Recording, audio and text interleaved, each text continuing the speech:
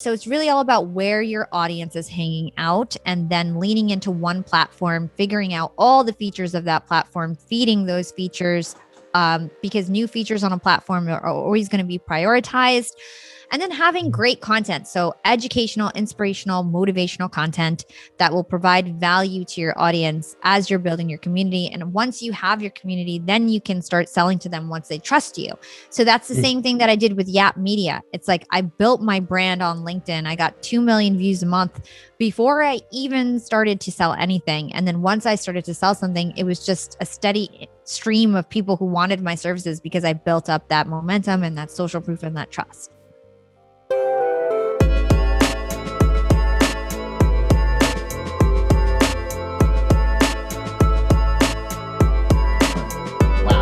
Another episode, right? Look at that. And episode 268 of A to the Show. Look at that.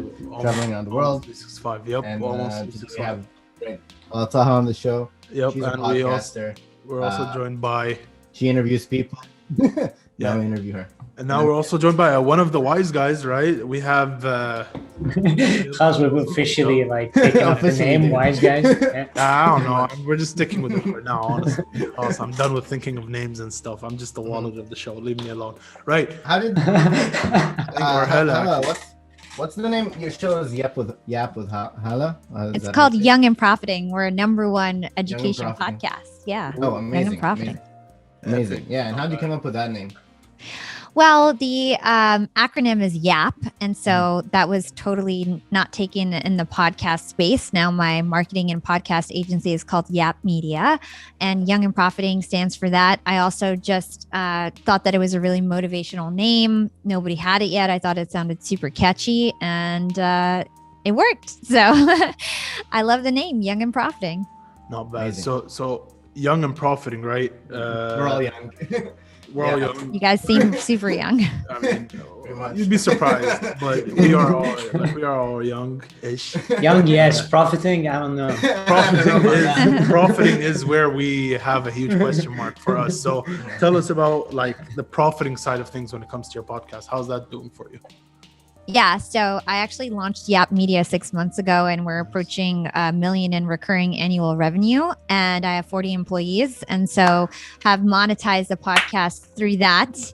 And basically what happens is that the guests that come on our show love what we do in terms of marketing. You guys probably only know me from Instagram. I'm actually one of the biggest LinkedIn influencers. I'm not sure if you guys know that. And so that gave me a lot of social proof. And I've got huge clients. They're typically like multi-million-dollar CEOs. They run multi-million-dollar businesses, and they have a lacking personal brand. So we turn that up for them on LinkedIn, Instagram, Clubhouse, YouTube, launch their podcast, promote their podcast, do media buys, all of that. So that's how I've been monetizing my podcast. It's been working out really well. And then now with our downloads, we get over 150,000 downloads a month. Really popular podcast, number 300 in the world across all categories and apps. To give you some benchmark there, Lewis Howes is like number 75. So not too far away. And so we're getting sponsorships now. Amazing. So profiting. Cool. Congrats. I mean, that's very good. Pretty profiting. That answers that question. But so you started 6 months ago, you said? I started my podcast 2.5 years ago. I started Yap Media, the marketing agency, 6 months ago. And so the marketing agency is what really like kicked everything into gear in terms of monetization. Before that, I was a big influencer on LinkedIn, and my podcast was big, but I didn't have a business behind it. I was just basically growing a community. And then once I turned on Yap Media, the social proof was so strong. We don't even advertise. I just have a steady stream of clients coming in from my podcast, from referrals. Like literally didn't have a website until last week. And I did it all as a side hustle. And I actually am a full-time entrepreneur as of February 1st. So super fresh full-time entrepreneur. I scaled the business as a side hustle and the podcast as a side hustle. Interesting. Nice. So here's my question. What do you do before the podcast? I was working at Disney Streaming Services and Hewlett Packard. I was an executive at Disney. I was worked my way up HP, worked there for like 4 years. But before that, I was in radio. I started my career at Hot 97, the world's #1 hip hop and R&B station. I was Angie Martinez's assistant. If you guys know who she is, she's the voice of New York. If you're not from New York, you might not know her, but she's huge in New York. And I was her assistant. Then I started a website called the Sorority of Hip Hop. I had 50 female bloggers under me. I almost had a TV show on MTV twice. And so I have a long track record of success in terms of the entertainment industry. And Yap was kind of my last hurrah. I was like, okay, if this doesn't work out, then I'm like, that's it. And even before that, I had taken like a 3-year break, and I thought I was just going to be in marketing, just be an executive, and that's it. And then I just decided, let me just give this one more shot. I had a lot of online radio shows, over the years after college and stuff, and it worked out. So that's a very fast summary of everything I went through before this. Nice, cool. Yeah. The aim of our podcast is mainly to learn something new every single day, or at least a few things new every single day, right? But in terms of the long run, or until now, throughout the history of your podcast, what would you say is the most valuable lesson you've learned?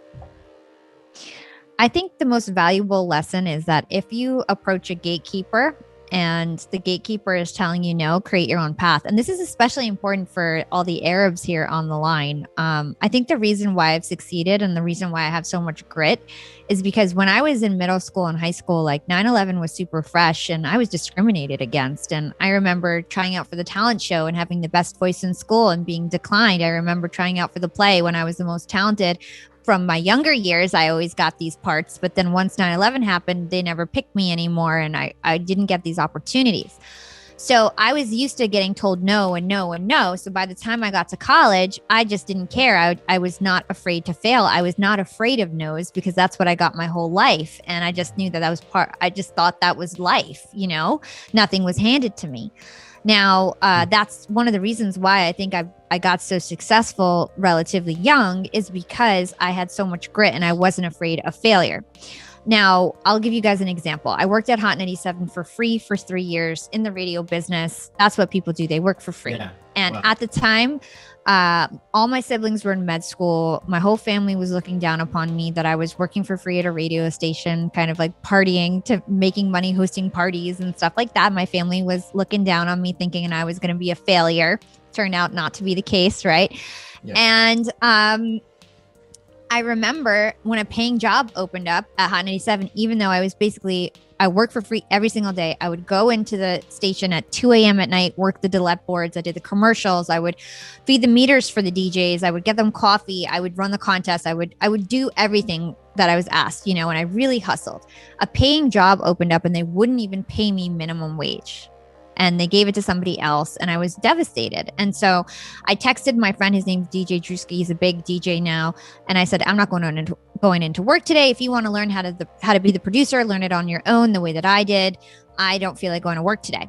And they fired me. And Angie cut my key cards and she said, don't come back. And she told everyone not to talk to me anymore. All these DJs that I was best friends with. And I dropped out of college for this. My whole world revolved around Hot 97 and this job. And they cut me off from one little mistake and kind of were like, kicked me to the curb and wanted me to disappear. And Angie thought I was going to disappear. But I decided that, hey, like this is a gatekeeper that's telling me no, I'm going to create my own path. And that weekend I learned how to build websites and I started the Sorority of Hip Hop and I recruited girls on Twitter and Craigslist. And I started this website. And within 3 months, we were like one of the most popular hip hop and entertainment websites. And it was because we hacked Twitter. We had like Wiz Khalifa and Drake retweeting us because it would be like 50 pretty girls tweeting out our blog and they would retweet us. And we were the first blogs to do that back then. And then it picked up as a trend, but we became really popular. And then the same DJs that wouldn't pay me minimum wage started to call me to host their parties. And I was now side by side on the flyers with them, getting paid just as much as them, and basically became their peers when I was their intern. And it's all because I had the courage to create my own lane and to create my own path. Right. And so that's what I would say is that like if a gatekeeper is telling you no, especially in 2021, you have everything available to you. You can start a business, you can start a website, you can learn anything online. You have no excuse. You do not need college, you do not need a degree. I went back to college, but you do not need that to succeed. And so you can create your own lane, create your own path. So if somebody is telling you no, just figure out what do you truly want and how can you do it on your own, and just do it on your own, because when you have control, you will be surprised how well things could turn out if you just take action and if you believe in yourself and have good intentions. Interesting. Right. Amazing. Wow. Yeah, a lot to digest with that answer. Yeah. Yeah, it's Right. very Lots of simple. that just. Yeah, you said a lot That's of good amazing. important things, right? So mainly never giving up. That's the first lesson I learned from what you just said, right? And I think it's important to not give up, but to not give up and not learn from your mistakes is, I think, something that's very dangerous, because you'll just end up being stuck in the same place in a dangerous cycle, right? But you've learned a lot of mistakes through your career, I would say, Yeah. right? So do you mind sharing some of the mistakes and the lessons you learned from the mistakes that you...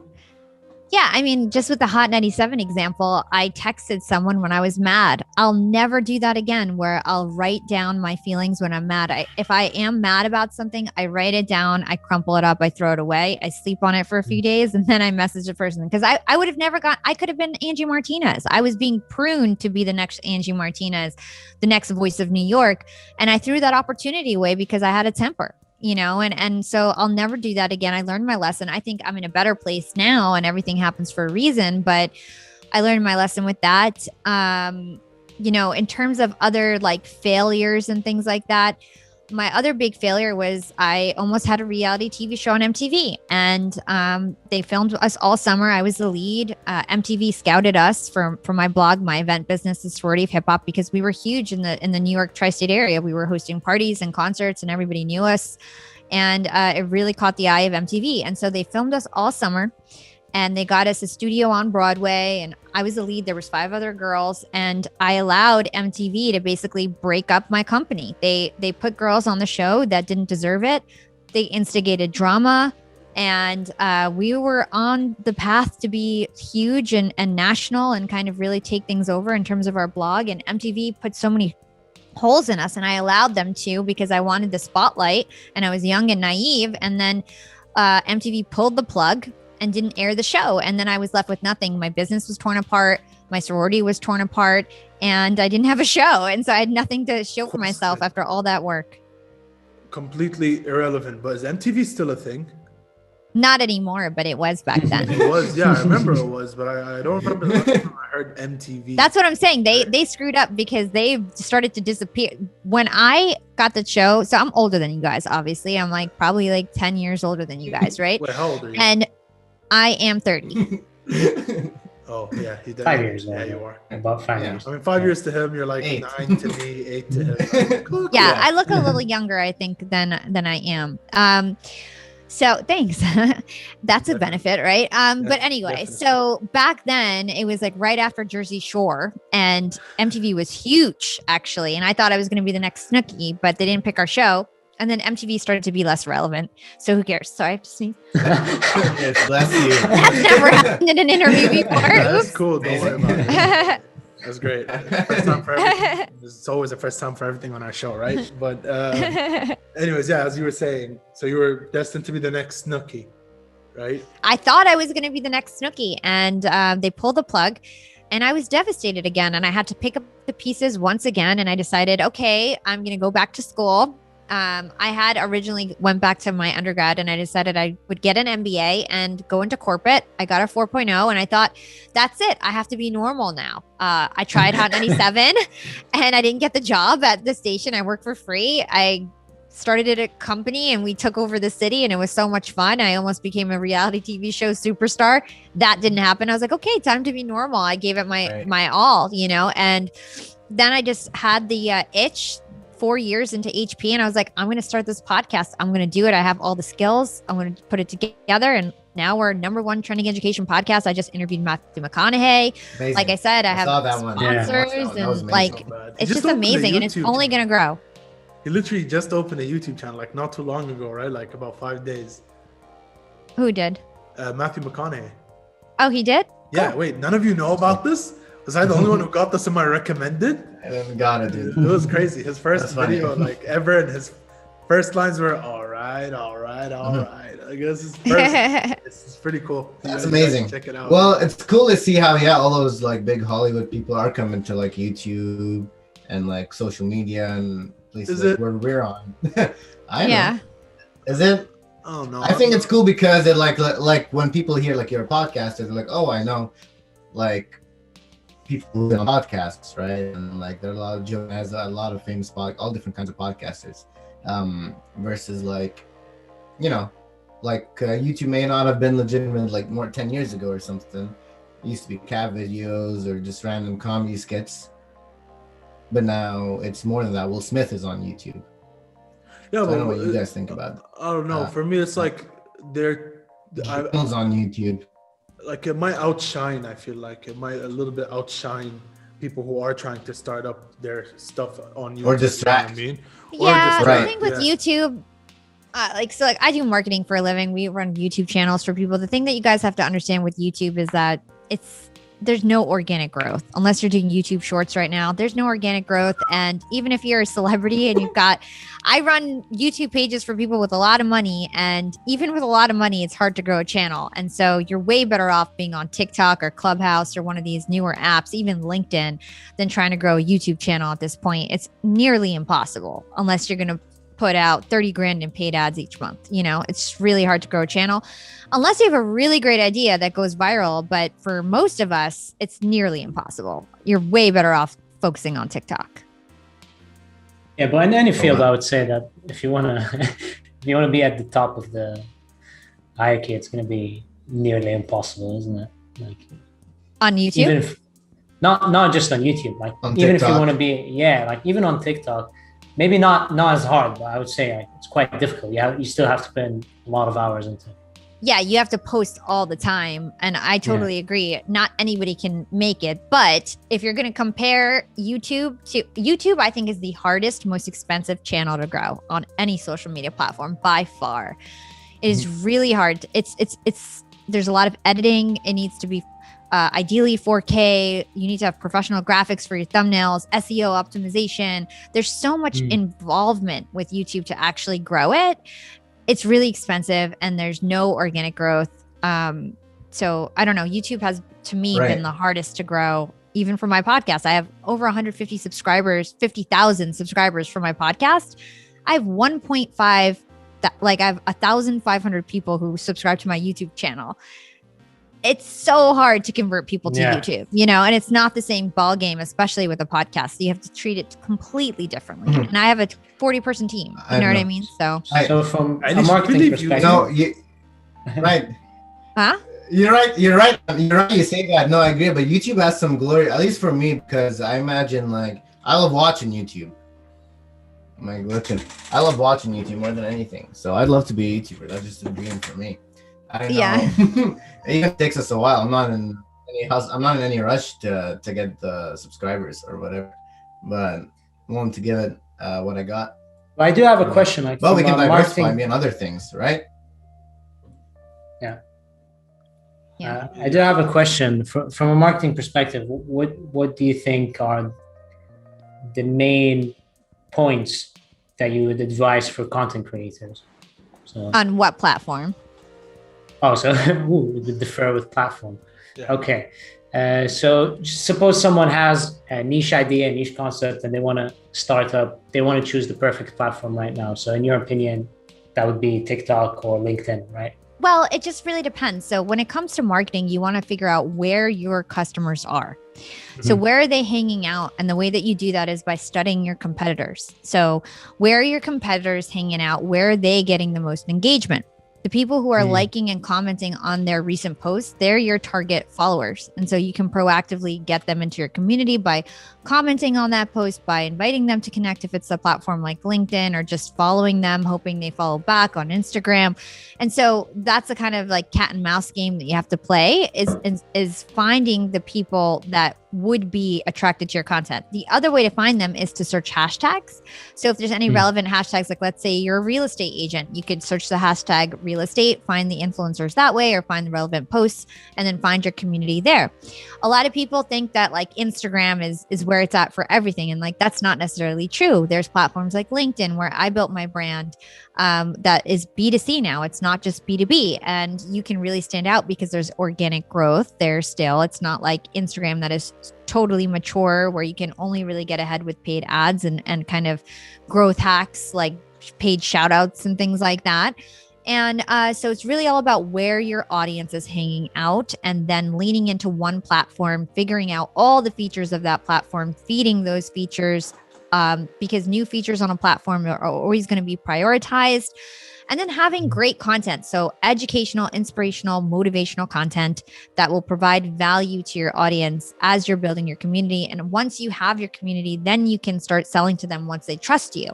So that's the same thing that I did with Yap Media. It's like I built my brand on LinkedIn. I got 2 million views a month before I even started to sell anything. And then once I started to sell something, it was just a steady stream of people who wanted my services because I built up that momentum and that social proof and that trust. All right. Yeah. So you would say focusing on one platform is probably more optimal in the beginning. If you don't have a team, yeah, because it's like you need to really understand. You ever heard that saying, if you chase 2 rabbits, you won't catch either of them, right? And so you need to just know and learn that platform. Like, so for me, I learned everything about LinkedIn. I am like the LinkedIn guru now. I can basically blow up anybody's profile, no matter what their situation is, no matter what they're selling. I know how to blow you up on LinkedIn. I know it. I know the tricks, right? Because I studied it. I posted it every day. I was consistent. I paid attention. I experimented. I did every single feature, and I know what works and what doesn't work. And then when I had clients, I got to scale that experimentation. So now I even get to learn faster because I have 8 accounts to kind of practice on, not just mine, who are all influencers with a community.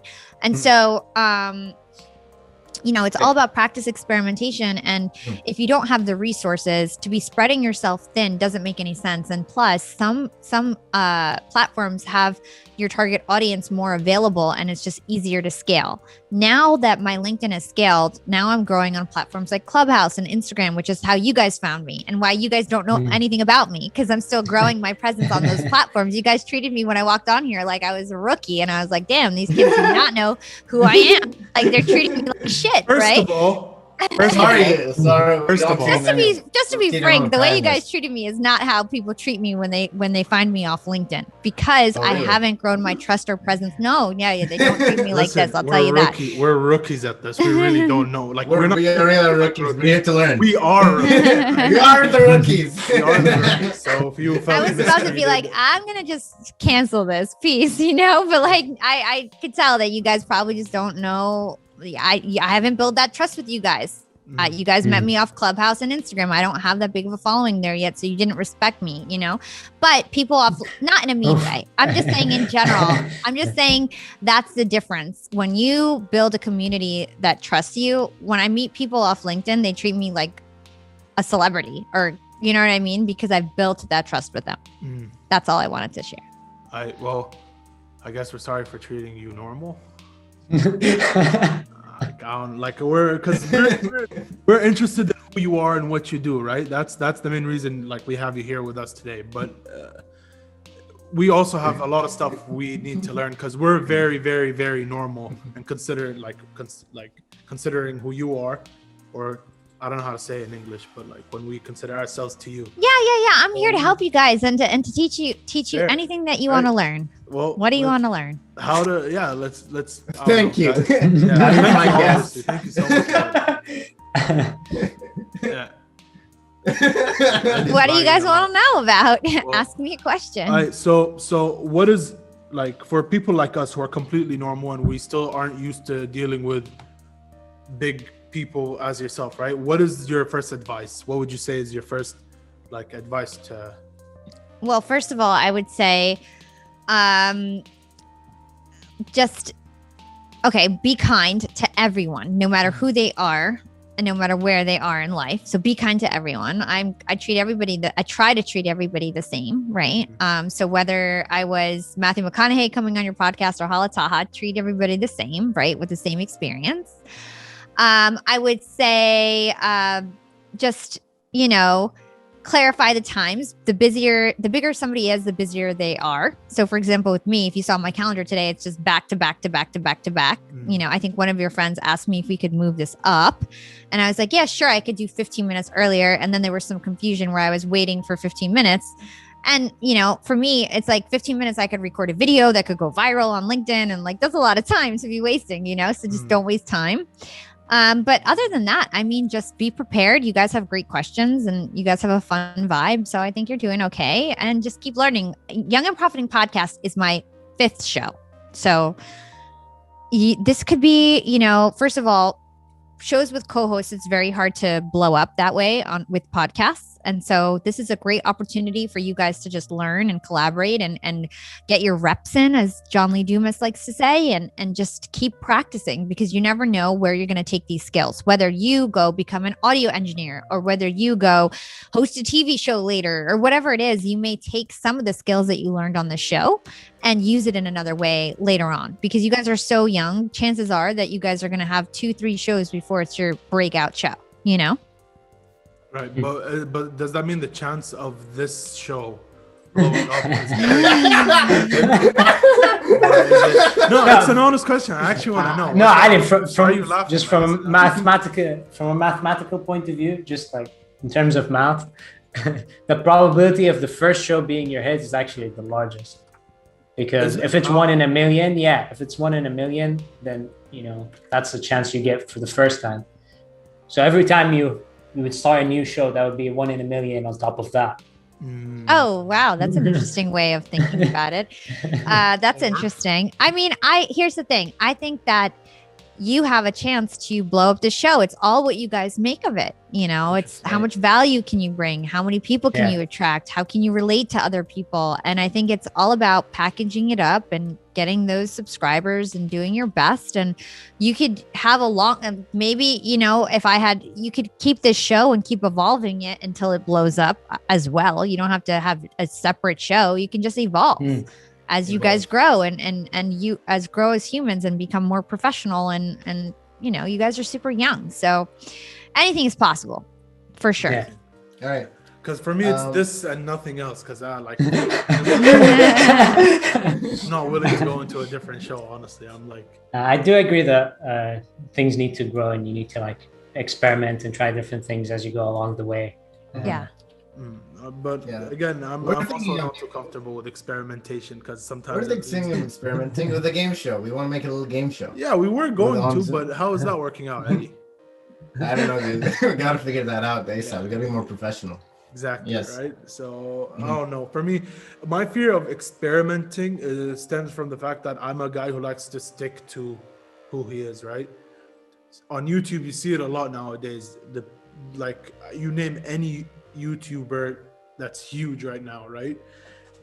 What they are like on camera is not the same as what they are like off of camera, and that's because they've experimented so far into thinking, okay, so this is what the audience likes to see, regardless of the fact that does this represent who I am as a person that comes to play. They just do that, right? They put that on the show or on their YouTube page, and then there's something else.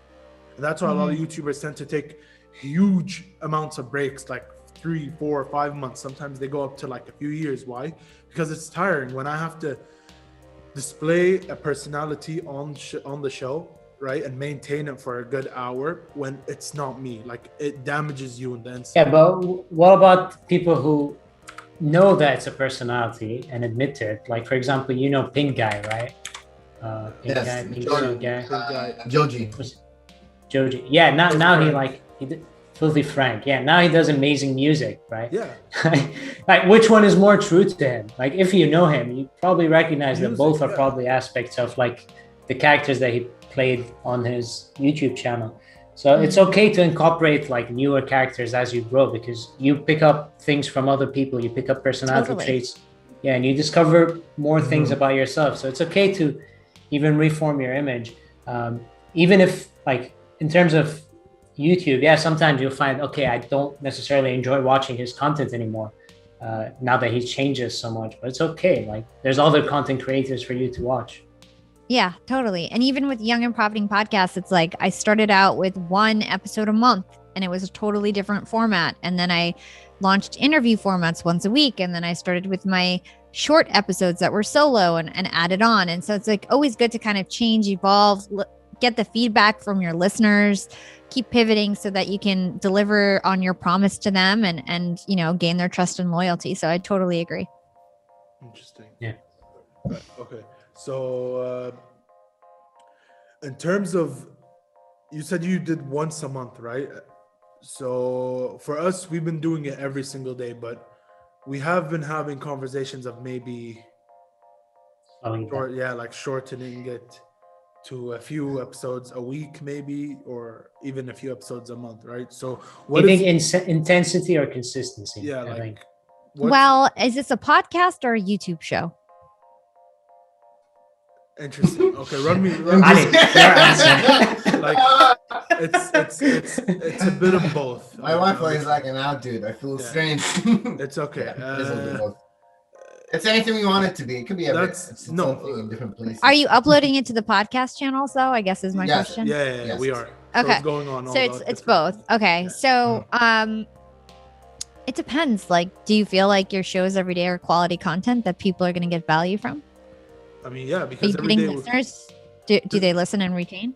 I mean, they do listen. We do have like a few people watching. Yeah, every single day it's the same number. But the thing is, our main question, like for the last 260 something days, is how do we grow? Right? Okay, we have this good amount of people watching every few episodes, right? But how do we make it more people? So this is what I would say. A lot of people get this wrong. When you're starting a podcast, a lot of people are focusing like 90% on content and 10% on promotion. You guys need to make it 50-50. 50-50 production, 50-50 promotion. I would rather see you guys slow down, put out 2 episodes a week with some massive promotion behind it, where you guys all have your snippets that you're going to post on your profile at the same day and to kind of push it. Or you guys are all, working on SEO and figuring that out, or A/B testing thumbnails on YouTube and figuring that out. Doing things like that other people aren't even thinking about is what's going to bring you to the top. The reason why I succeeded out of all the podcasts out there is because I built my brand on LinkedIn, and that was every day posting consistently, every day providing value, every day like providing micro content. I didn't really put out just a whole shit ton of episodes and expected everyone to just find me. Like, that's not how it goes. With YouTube and podcasting especially, you need to pull your audience in one by one and spoon feed them. So one thing that you can do is create micro content. Do you guys do micro content videos where basically you're pulling out teasers? On Snapchat, on YouTube, we're uploading them the YouTube shorts. They're good. Well, aside from that, are you guys building your community on any other social media platforms? Or just YouTube? Okay, so if you guys put micro content on Instagram, what you guys can do is anybody who likes or comments on that content, send them a DM. Send them a DM with a link tree to your podcast where it has the YouTube, the Spotify, the Castbox, the Apple, all the links, and ask them for feedback. Say, hey, we just launched a new episode. I noticed you liked our micro content. Can you guys check out our full show? Here's the link. I would love to hear your feedback, and then start a conversation with them and pull those fans in one by one. You guys have an advantage. You have 4 people, right? You guys can 4x the amount of promotion that you do. Usually it's one person that has to do this. You guys have a whole team. Maybe as you guys evolve, you're going to realize that some of you are better on the mic than others. And maybe 2 of you go behind the scenes and work on promotion so that you can really scale this. When I started Yap, I had fans that were like fanatics and volunteered for my show. And I had 10 people who worked for free for me for a year. You guys can do the same. You guys are young. You probably can recruit interns from college and everything like that. And so you can basically start a street team that can help you promote too. And so it's like you have to think outside the box in terms of how you can get more manpower and get the word out. And honestly, it's not going to happen organically. It's great that you guys are taking advantage of YouTube Shorts, because that is the way that you can grow organically on YouTube. But other than that, with the podcast apps, it's not about SEO. It's not about anything like that. It's really about building your community and then pulling them in one by one. Amazing. Here's something I wanted to ask you. I feel like me and Ali also, and all of us, we all have other things we're working on also. I'm a filmmaker, making films and stuff. Ali's a student, and also we're doing this podcast.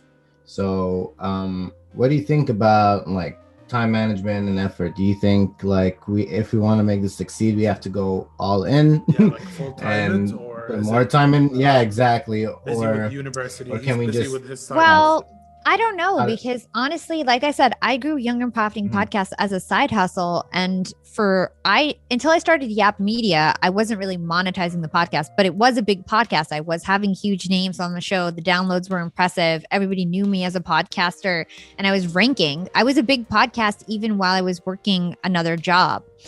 But now that I'm a full-time employee, entrepreneur, I really can do whatever I want. I'm taking the whole day to do guest interviews. And one of the ways to grow a podcast is to promote yourself in app, which means in the podcast app. So doing these guest interviews is one of the best ways I can acquire new subscribers, because anybody who listens to a podcast is listening to 7 shows at least.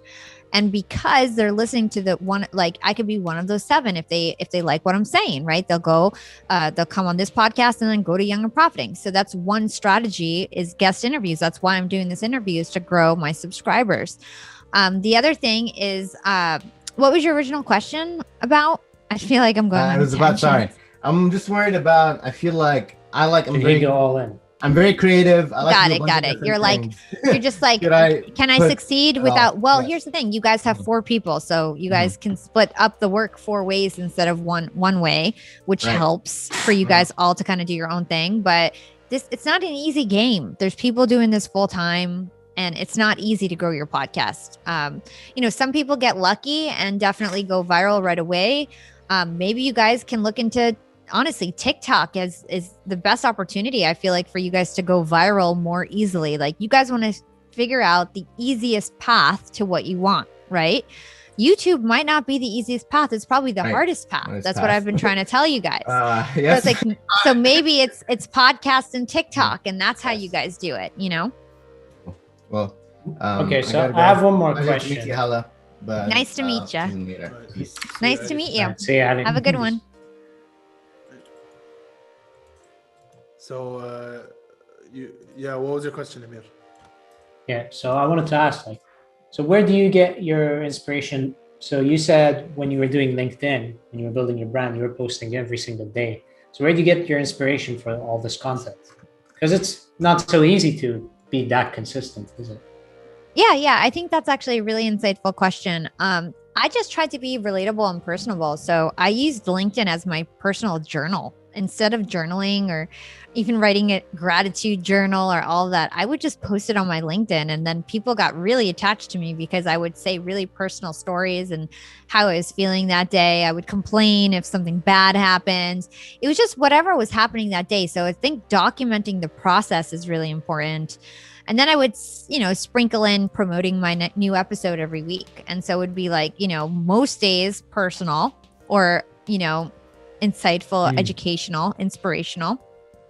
And then one day a week would just be promoting my podcast and letting everybody know that I had a podcast. And at the end of each one of my messages, I would always end it with hashtags Yap Young and Profiting Podcast. So if my personal post went viral, which a lot of my pictures do, if I put up like a picture of myself or a video of myself, they go viral on LinkedIn, and then people see the podcast, even though it's not about the podcast. So I think just documenting the journey and not being afraid to kind of be authentic and tell what's really happening in your life can go a long way.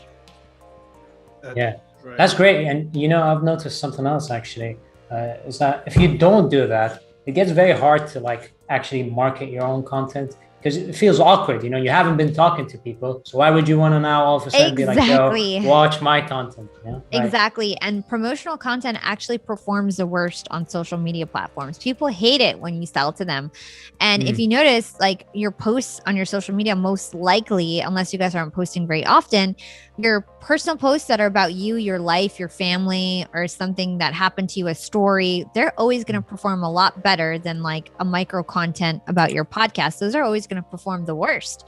And so you need to balance that out with posts that go viral. But how come? And how come? Because how come that's the case for repulsive nature to marketing, isn't it?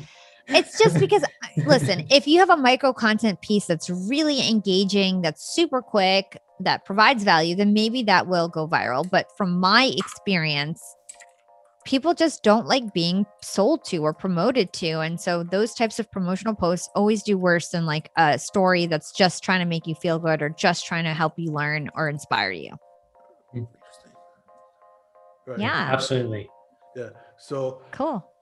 now here's a little like here's the question we usually ask every other guest or every single guest actually that we have, and I'm very interested like to know your answer to this, right? What does the future look like for Hala Taha or Taha? The future for Hala Taha is I am going to keep blowing up Yap Media. So I have a podcast and social media marketing agency. I hope to one day start a podcast network. I have I have a 40-person team, like I mentioned. A lot of my researchers for my podcast and client podcasts are podcasters. And so I hope to sign some of them and start a podcast network. And we're also working on being more of a sponsorship agency where we help other podcasters and our clients get sponsorships, since we've been getting a lot of sponsorships. And really focus on TikTok. Going to start launching my new TikTok profile. I've never used TikTok before, and so that's a big initiative for us.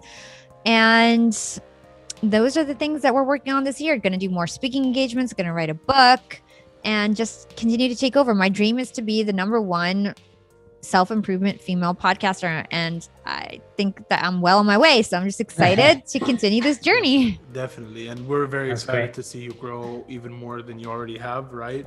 Thank you. Yeah, there's still lots of room to grow. There's always also, yeah, exactly, there's a lot of room for you to grow, and there's a lot of room for improvement always. So thank you guys for watching another episode of A to the Show. If you enjoyed this episode half as much as we enjoyed filming, please do subscribe, like. We'll leave a link to Hala's social media in the description below. You can go check her out. I highly advise you to. Hala, is there anything you'd like to shout out or let the world know? Yeah, if you guys enjoyed this episode, go check out Young and Profiting Podcast. We are #1 self-improvement podcast. I've interviewed people like Seth Godin, Mark Manson, Robert Greene, Matthew McConaughey. We really do our research. Every time you listen to the show, you're going to uncover advice that you won't hear anywhere else. It's super actionable. It's super relatable, no matter your age, your industry. So definitely check it out. We put in a lot of blood, sweat, and tears, and you guys are going to love the content. Yep, I second that. Thank you. Special thanks to Amir for joining us for today's episode. And Ali usually says this, but I guess I have to say it now. Like, subscribe, share. Peace, love, happiness. We're out.